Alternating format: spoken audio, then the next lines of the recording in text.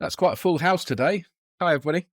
I did a couple of things this week that real autism things. I went to the chemist to get my prescription. When I walked in, and the woman just stood there looking at me, and I just stood looking at her, and not looking at her, looking at the shelf. And then I had to say, "You need to ask me if you can help me because I can't move from where we are now until you ask me." And then she said, "Can I help you?" And it was all right. And the other thing, this is daft, but I was in the supermarket and the tinned meat I wanted to buy, they'd put the cardboard tray with the labels facing the wrong way. So I lifted the cardboard tray out and put it the right way round. I think I do some things like that the same. If you remember, I was in a hospital waiting room, and when I was there, I couldn't help myself but change the way the posters on the wall that had been slipping down and put them in a better format, a little bit clearer and more ordered. So I think tidying things up is something that just gives us a bit of relief sometimes as a stim, isn't it? I think the other thing was because I wasn't wearing my lanyard and autism card, and I always feel that's like my shield. It helps me. And without that, I mean, I was just frozen. Plus, after 2 weeks ago when I had the bad week, this last week was supposed to be the reset. And so, yeah, it has been a reset. So things were better. I'm curious about the first person, because if somebody says to you, you have to do this before I can go on somewhere else, they could react to that quite badly. Were they kind to you? Well, I did say I have autism and I can't do anything until you ask me if you can help me. And she said, "Oh yeah, I forgot you had autism." They were really nice about it, so that was a good thing.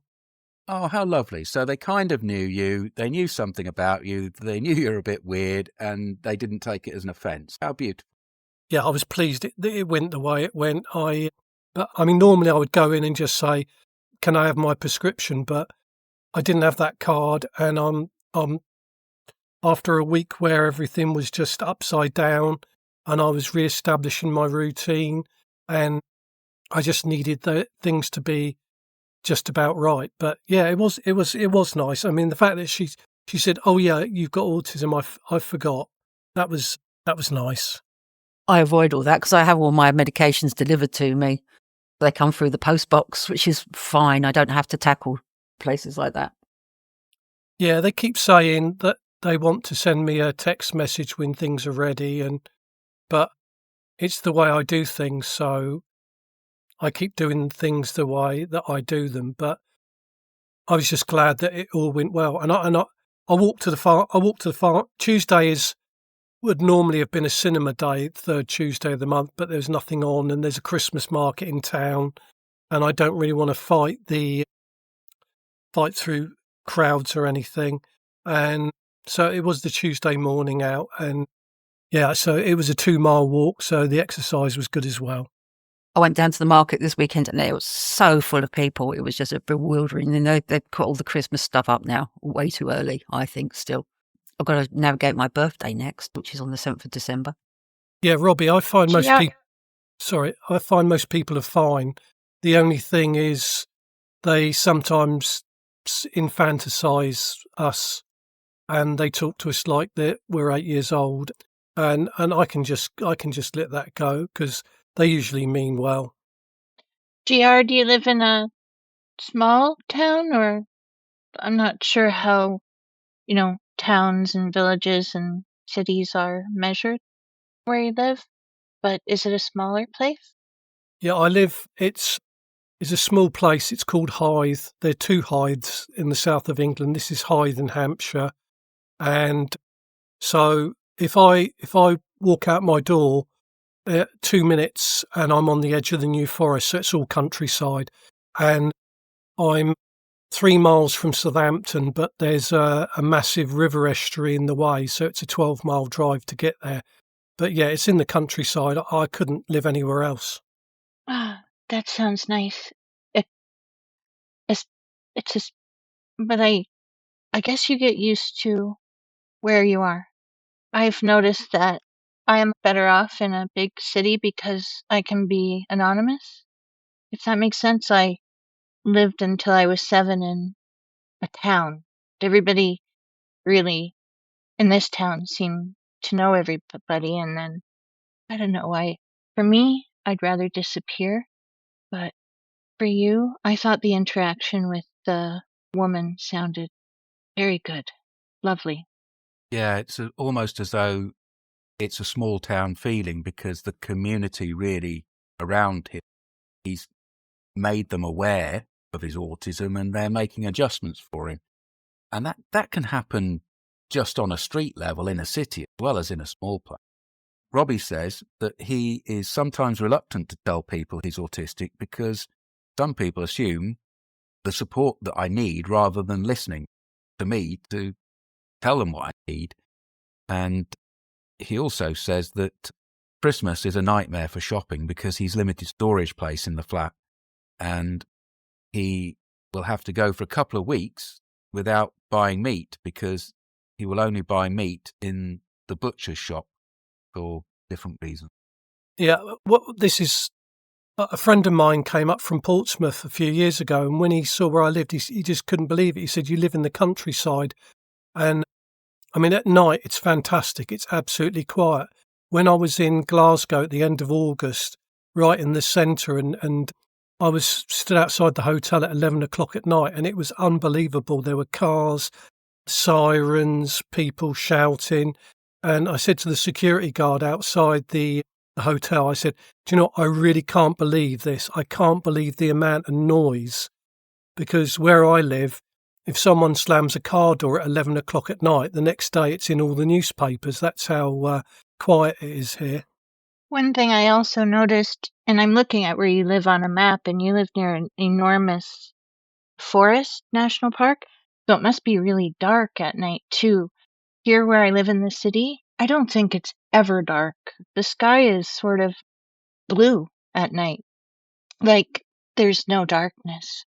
The only thing is I'm a mile away from a massive oil refinery, so that lights things up at night. But otherwise, yeah, I mean, if you go out in the forest, it's pitch black. Ray in the text describes the city as a constant hum, and Robbie says that he tries to buy food in small independent shops around him.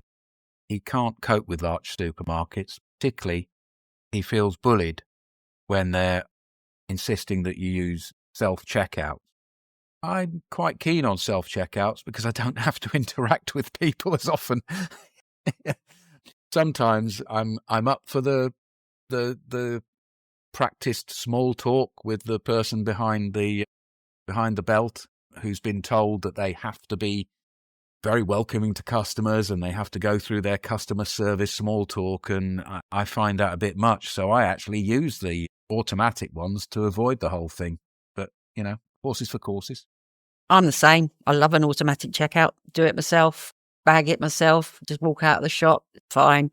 I mean, where I live, because I live in a little cathedral city, I mean, Wiltshire's really odd because you're only really a very short way away from the sort of the fields and and the sort of the farmland. So you kind of have patches of busy and then patches of absolute nothingy stuff.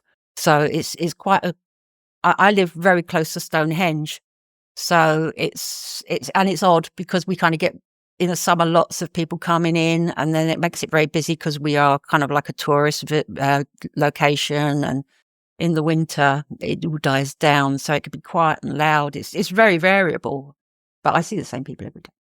Did you see anything when Spinal Tap were filming at Stonehenge about 3 months ago? No, we missed it. And we found out about it too late. If we'd gone, that would have been brilliant because we're literally just a short drive away from it. We pass it quite a lot. It's on the A303, so it's like the main drag. But yeah, I found out about that just too late. I was really gutted. Yeah, I do my shop every Wednesday morning very early, so it's quiet. But on occasion I have to go back to pick up odd bits and bobs, but that's usually later, and I hate it. I hate the aisles being... It's not... If they're playing music, it's not too bad for me, but people just clogging up the aisles and you can't get through.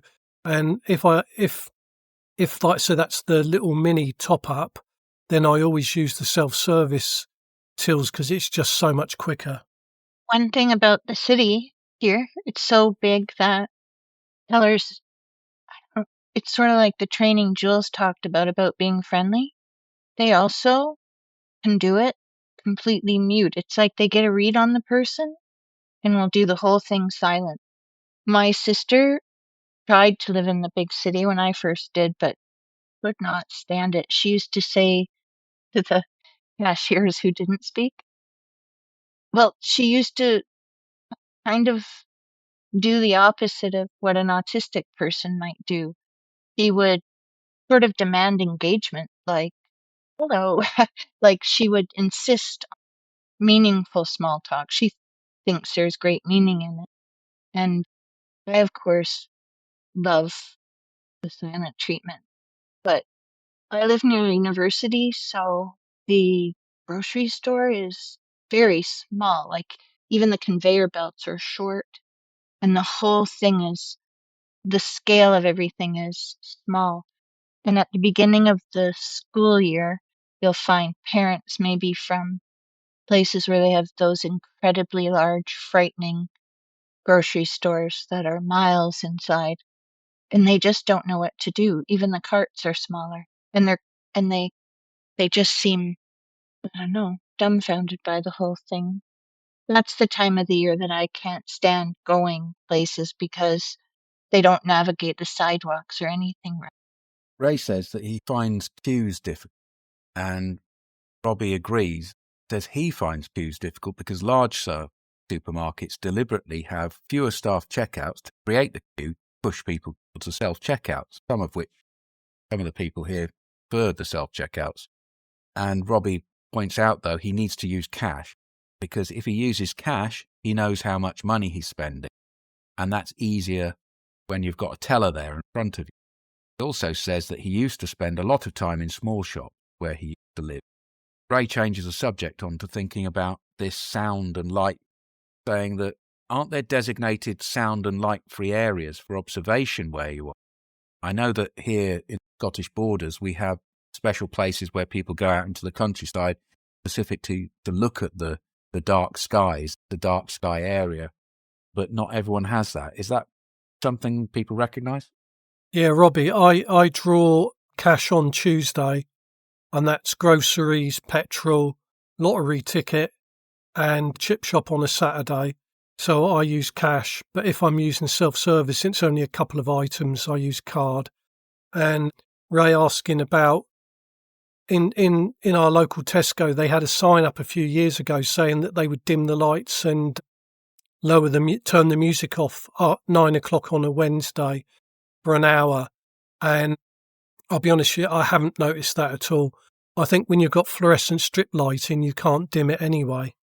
Oh, I've heard of that. That does sound nice. We have outside in Ontario these things called dark sky preserves, but they are far away from cities. For astronomy, I guess. We have people who do night watches. So because this is quite Wiltshire's got this kind of aura about it, where it has a very big section where people just sky watch because they want to see things in the sky.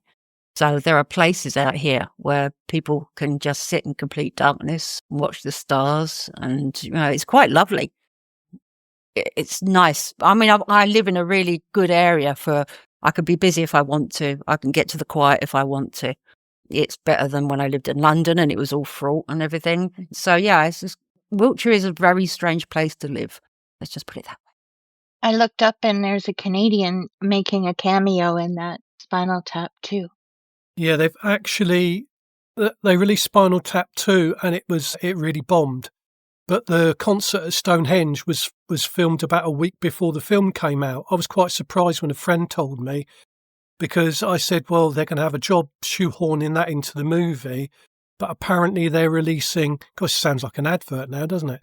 Coming soon, Spinal Tap live at Stonehenge on IMAX. Yeah, they're releasing a second film of the Stonehenge concert. I think I'll try to watch the film anyway because was Spinal Tap not a sleeper, where it grew on people and became kind of more. I think you're gonna love it or hate it. I feel like I would love it no matter what. I think the way things work now is it's all based on first weekends, and cinemas, there aren't many small cinemas anymore, so midnight shows and things like that are gone. Sleeper hits, I think, are a thing of the past now. It either bombs, does mediocre, or you get the odd one outliers like Barbie and Oppenheimer that do really well. The whole way the movie business works, I mean, they'll make their money back on streaming and stuff like that. Luckily for me, I can see right out the window here. We have this small independent, not really independent now, some rich family owns it, but they leave it alone. And it's mostly documentaries, but as I think I told you before, on Easter morning, they have the Jesus Christ Superstar sing along and all of that. So they will definitely play it, but they might only play it 3 times or something. Next week, I'm going there to see that Orwell 2 + 2 = 5 with my daughter. I thought live concerts were banned at Stonehenge. Like in the 80s, it was got clamped down on. That was travellers going there for the solstice thing, and they would go into a field nearby and have a concert. I mean, I think the Spinal Tap thing, I mean, I believe, because I haven't seen this, but I believe they set up a stage and everything. So they had to have permission from National Trust or British Heritage, whoever owned the site. So they would have got permission for that. They would have paid to be able to do that. Yeah, money talks. Not that it's cheap to go there, by the way. I went there about mid-70s, and there was nothing there, and the stones weren't fenced off. You could actually walk among the stones as well. Probably got a photograph of it somewhere, but I don't think there was a visitor centre there. I think you parked on one side of the road and there was a subway under the road to get to the stones, and I think there might have been a small gift shop, but there wasn't much else there. They have buses there that take all the tourists, so it's probably very different now to back then. And obviously you're kind of allowed around, but you can't go anywhere near. But they still do open it when it gets to the solstice, and people do go up there. I know people go up there every year, and it's very busy. So sort of bits and pieces. But I think that at the moment it's a really contentious thing because it's right on a road, and they're really worried about the conservation of the stones. And there's been so much bother over it up here because they're kind of trying to work out the best way of protecting that national heritage thing. But that road is so slow because people can see the stones as they're driving past. So there's always a logjam of people just driving past. We'll have no shouting here. This is a local shop. This is a local shop for local people. Come on, Tubbs. Yeah, another thing with Stonehenge. Go on. Well, no, just a small comment about how you can break out in the lines from, anything. I was just thinking about that yesterday. It happens in my head all the time. Music lyrics or lines, and I can't stop it. Echolalia. Yeah, when I used to do highways inspection, and I could literally write a playlist. I'd be walking around and suddenly something would ping in my head and I'd think, oh, I haven't played that song for a while, but it's literally like a radio playing in my head. I am the DJ. I am what I play. I was in my son's small town yesterday. I might have said that earlier. I'm like really burnt out today because, as I said, small towns. Ugh. Anyway, I keep thinking about this line in the Tragically Hip song. I come from downtown, and then my son he'll get me and carry on with the lyrics. The thing I find infuriating is, what was the name? There was a song. I saw someone written something. I thought that's a song title, and I couldn't find it. It was a Who song. It's on Who Are You? I can't remember what it was, but at the time I just couldn't remember it was by the Who. But the song was just going around in my head. But I mean, this is the thing. If that happens at night, I would have to come downstairs and look it up. Me too. And then for that whole week, once a day, some other thing that was related to it somehow would cause another search each day. All of the things that thought influenced. Did I ever mention when I tried to learn how to play Life on Mars on acoustic guitar and concentrated so hard on it I couldn't get to sleep that night? Technically, going to sleep would improve your playing of it the next day, though, because I think in your sleep you process it in your brain in a better way. It was just the chords, the chord progression. It was written on piano, so to do it on guitar was just like high concentration, and then I just couldn't get out of my head. So a warning for those who are sensitive to these things. Have you ever heard of a chap called Billy Ritchie, Ray? We've discussed this, Lucy, online, or with Dave, I have. Yeah, Billy, who was like one of the pioneers of progressive rock music in the 1960s and played in clubs with your man, yeah? Yeah, he sort of, it was all wrong place, wrong time, and they never really got a foothold anywhere. And I think it all went a bit wrong for Billy. So he sort of chucked it away, and then he just went on the sort of the circuit, the same circuit as Dave, and that's where he met him. So yeah, he's like he's kind of an unknown treasure that people haven't discovered. He's not part of the canon, as it were. So people kind of ignore him. Back in 2006, I was doing a week's work for Southampton City Council, cataloguing files, and there was a young girl there with me. And I came in one morning, and the supervisor says, "How are you?" And I said, I'm a bit sad because I just found out a friend of mine died, a musician." And the supervisor says, "Oh, who's that?" And I said, "Well, you wouldn't have heard of him. His name was Nicky Sudden." And this young girl, she can't have been 18 or 19. She went, "Oh, Nicky Sudden's dead." And she was actually quite shocked and upset herself. And it turned out her father was a big Waterboys fan. And the first lineup of the Waterboys were Nicky Sudden's backing band. And so she knew who Nicky Sudden was. And I mean, that was quite surprising because you never meet anyone who knew him or knew of him. Yeah, there's all these worlds out there. I'm just noticing Robbie's been putting a wee bit of input into the text there. He often wants to listen to songs, but he sometimes can't remember the artist or title. Oh yeah, the earworm, yeah. And he also says, songs I want to play are often difficult. Yeah, yeah. I remember a time when I would just simplify songs and then they would never sound the same as what I remember them being. And then finally he says there, often not popular songs, so it's often difficult to find the chords or lyrics or sheet music. Yeah, you like German music. I remember when I was very fond of Brazilian music and it was very hard to find the sheet music for that. So it was like slow down the record player and try and learn it that way. I've no sense of like music. What's the word I'm looking for? I'm not very good with musical things. I live with a very musical person, but I'm not like I don't know the technical side of anything. Can't play any instrument. But I saw a really good video about the band They Might Be Giants the other day, who was one of my absolute, top bands when I was a kid, and how their songs and all the cool progressions in them are.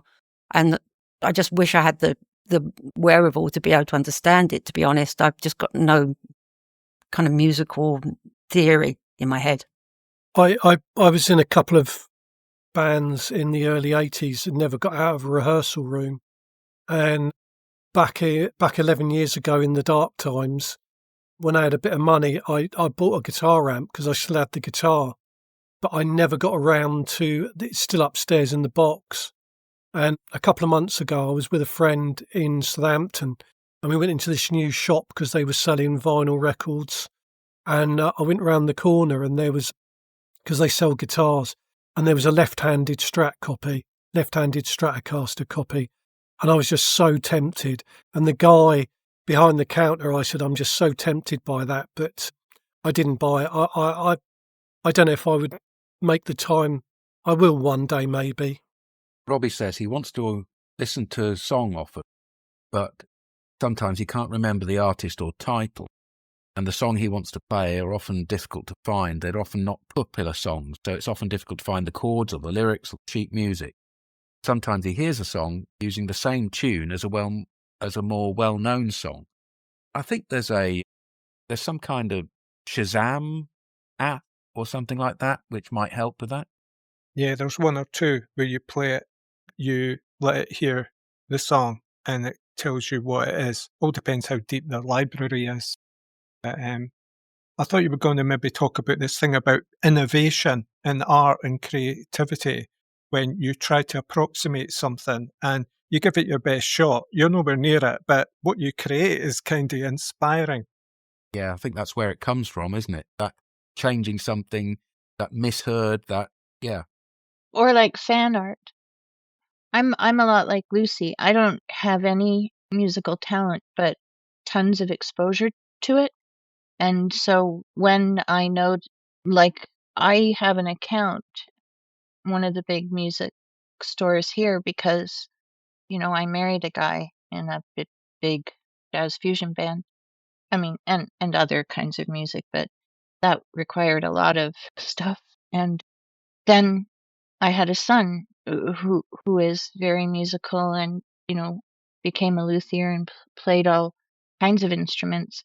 I just thought to myself, my job is to provide strings and instruments, and this is great. I Our Sorry, house go is on. packed with guitars. Sorry. My house is packed with guitars. I've got 4 standing by me at the moment. I've got 2 over that side, 2 over that side. There's a really, really old guitar that Dave's got, which he bought when he was very, very young. And he got it from Denmark Street in London. And apparently, although this hasn't been verified, it used to belong to Nile Rodgers from Chic. But we've not been able to really pull that in at the moment. And we've spoken to him. Or we've actually sort of spoken to somebody who knows Nile Rodgers, and he says he doesn't remember leaving this guitar in this shop. But yeah, we kind of think that its provenance Nice is somewhere. boy. I think there's always something to a story, so I believe it until it's absolutely disproven. I was unemployed when I took up the guitar, and so I'd be sat at home and I had a guitar chord book, and I just memorised the chords and learnt to finger them. Bad turn of phrase. The thing is, when I went down in any of the bands I was with, and the guitar player said, "I've got this song," I could pick it up really quickly because I'm left-handed and they were right-handed. So it was literally like standing in front of a mirror, so that when they did the chord shapes on the neck, I could just copy that really easily because it was just like a mirror. That's cool. This week also, I was thinking about guitar face. I'm sure everybody knows what I mean. If anybody does it, let us know. Okay, guys. I want us to try something because we're getting a few clashes that's going to make the edit a bit more challenging. If you know you're going to speak next, please unmute your microphone. And if you're going to speak, please look on the screen to see if anybody's unmuted their microphone, and then you'll know that there's a cue for me. There's another thing I've noticed in that situation, Jules. If you unmute and then mute again really quickly, it's like a winking eye. I don't know if people see it every time, but I often resort to that. Yeah, I do something different because it makes unmuting and muting, winking eye might not be as noticeable. But if you wink your camera on and off, it's another way of doing it. Do we not have wavy hand things here in this platform? No, it's slim. It's really simple and stripped down. Okay. I was thinking about this Keith Richards quote when he met U2, and he said, "Go on then, play us some of your songs." And they played some of their songs, and they went, "Can't really get a sing-along at a party going to some of those." And I think it changed the way U2 wrote songs later on when they had big hits, like One, which were sing-along party hits. He said something like, "Play me the songs that inspired you, that where your music comes from," because of course he can refer back to the old chess blues and Delta blues players, and they couldn't do that. Their music hadn't come from anything as such, and that's when they went off and started doing rattle and hum with choirs and BB King and trying to find some sort of roots for their music. Yeah, that was an accidental click there, Jules, but I'll respond. Yeah, it's like all these bands that came up with new wave and post-punk, you couldn't really play those songs to anybody because they were very basic and primitive and innovative. So they went rock and roll, didn't they? Yeah. Tell this quick story. Is a guy I used to work with, and he said a friend of his used to go round to all the parties, and he would always carry his copy of, Ray's going to get this, Trout Mask Replica by Captain Beefheart, and he'd keep going on until they put it on the record player, and then the party would just die and people would leave. Yeah, we used to know guys like that. They didn't last long. In the text, Robbie, who we know as an artist, a performer, somebody that jams online and in groups, says that he has numerous instruments, extra instruments to the guitar that he still has not learnt to play, bit of a collector. And when he plays, he doesn't aim to copy the artist exactly. So it's going back to this evolution thing you were talking about, Ray. But he also admits that he has well over 2,500 compact discs of different genres, different languages, and from all over the world. So there's a whole collecting thing going on there that we were going to see with autism. When he chooses a song, he will only play songs that he likes. He will also play some songs people will know and then some that people are unlikely to know. I usually play a song that is not in English in my set.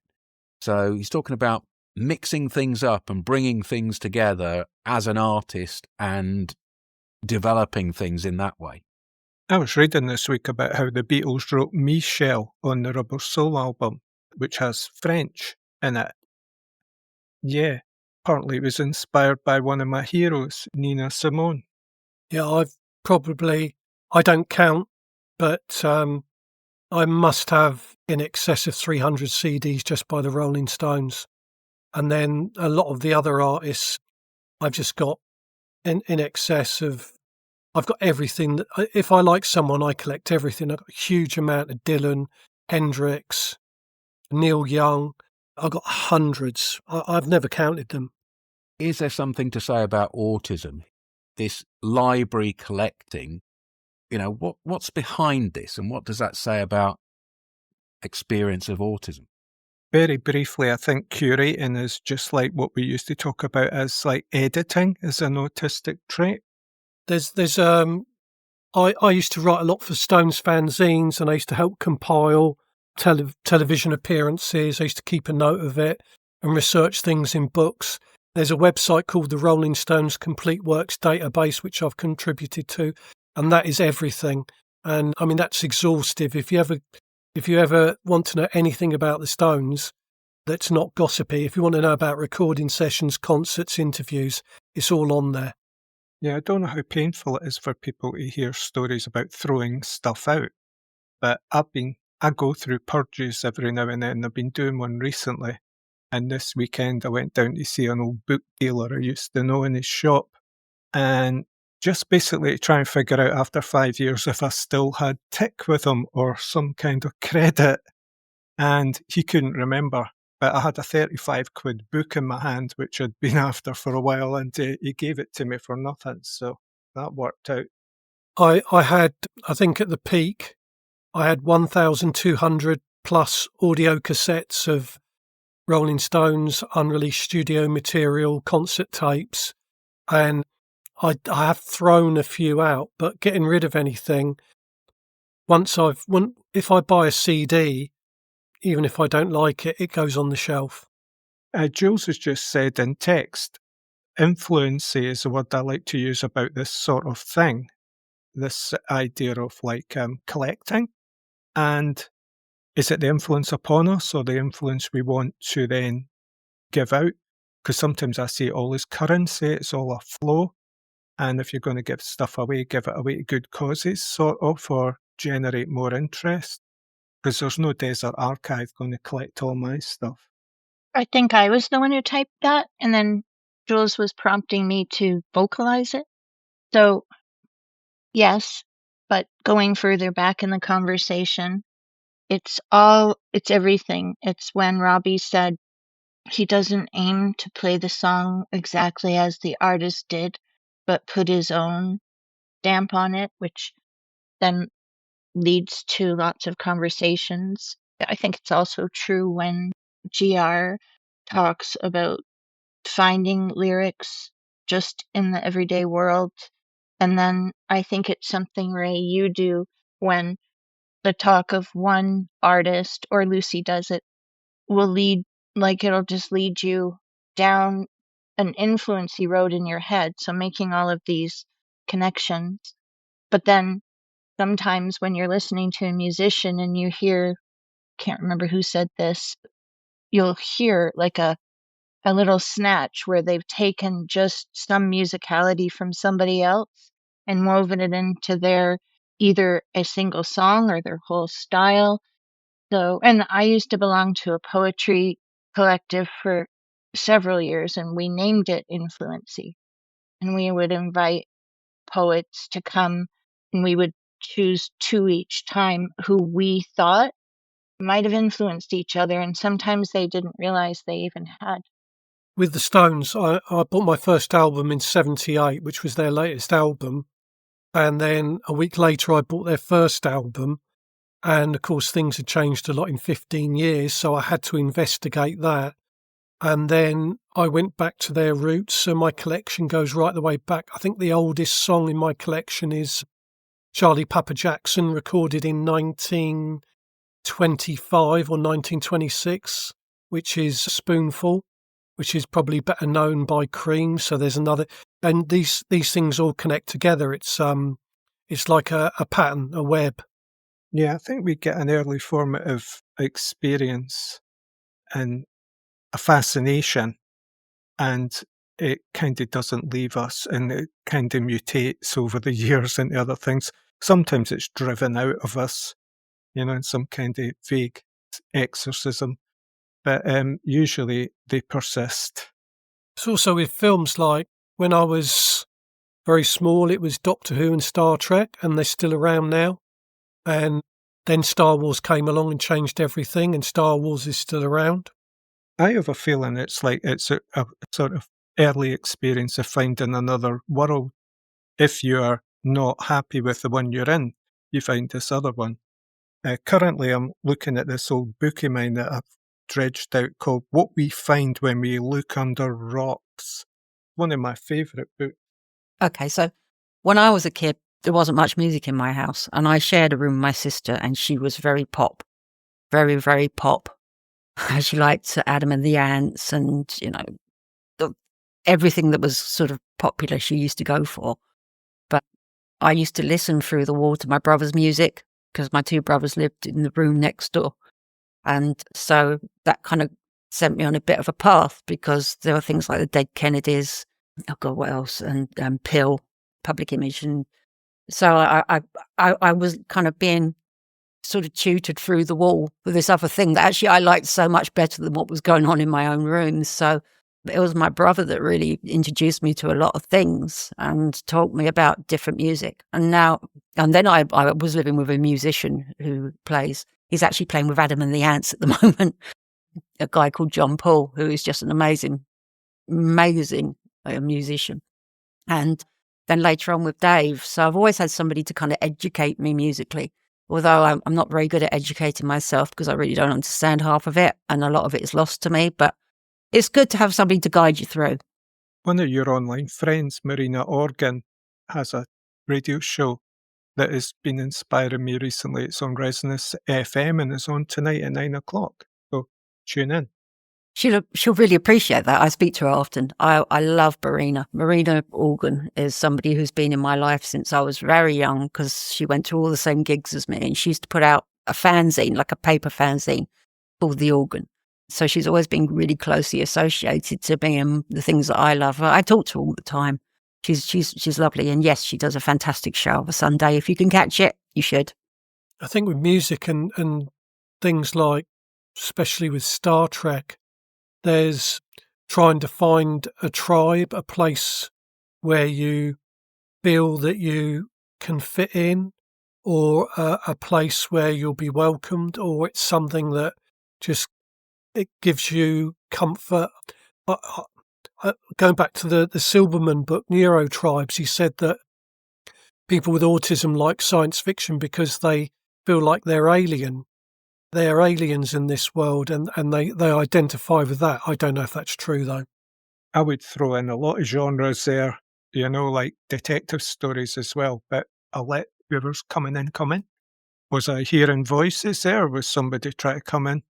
Robbie mentions in text that a band called, or an artist called D'Artagnan, has a version of Heroes by David Bowie. Many have tried, many have failed. I'd love to hear D'Artagnan's version. That's the other thing about Billy Ritchie as well, Dave's friend, is that he was a really close friend of David Bowie's when he was very, very, very young. So he was a friend of his for quite some time, but they had this really strange exchange once and they never spoke again. But I think they were asking him, or he says that he was asked to play on Life on Mars. And I think somebody else got that privilege, but he didn't do it. Rick Wakeman got that gig, and thank God, really. You know what? I wasn't going to say the name, but yeah, him. We tried to do an interview with him once, and it didn't go well. I love how Robbie says his favorite band, Nevada 10, he found after seeing a poster in a documentary, and it looked interesting, so he looked them up on YouTube. I did that once with I think it was a Hungarian TV series I was watching a couple of years back, and it was all about late 70s punks, early 80s punks in Europe. And they had a poster on their bedroom door, and it was some kind of German band like the Dresden Dolls or something like that. And I thought, I've never heard them. Let's look them up. And they became something I quite enjoy. Somebody's asked in the text what music resonates with me. Unlike the people here, I'm really uneducated with music. I like to hear the things that were around when I was young. I don't know the names of them. I couldn't even tell you which punk band played the different things I listened to. Unlike many autistic people, that hasn't become one of my concerns. Just having music as a general background and having other people to curate it, listening to music as an album or listening to music when somebody has a radio program and they've curated it all together is where I consume music. Yeah, I think for a lot of people, music can be functional. I think, who was it? Is it Teresa was asking about, does anyone have guilty pleasure songs? Yeah, well, endless. I was going to say, hey, music is my first love, and burst into John Miles there for you. How about the new film that's coming out soon with big Hollywood actors playing tribute acts of Neil Diamond? And then you listen to these things that maybe when I was young, I thought this is my parents' cheesy music. But I listen to it now and I think, wow, that's got something. That's got energy. That's got life. Over to Lucy. Really? Speaking about the least musically good person, but yeah, we know about that Neil Diamond film. We saw a trailer for it, and Dave says no, so we're not going to go and see it. It's just that thing of these biopics being kind of like chronologically inaccurate, but you can't expect them to be accurate. But yeah, Crunchy Granola Sweet is one of my favourite songs. He's saying that we saw the trailer and it's very it's kind of odd and sort of out of place because he knows all the music history. And so if something looks like it's not going to be put together properly historically, he won't see it because he feels like it's going to be kind of crap. But he has said that the problem he's got with it is when they were doing Sweet Caroline on the trailer, people were doing the shout back of that, so good, so good. But he says, didn't happen back then, not right, not seeing it.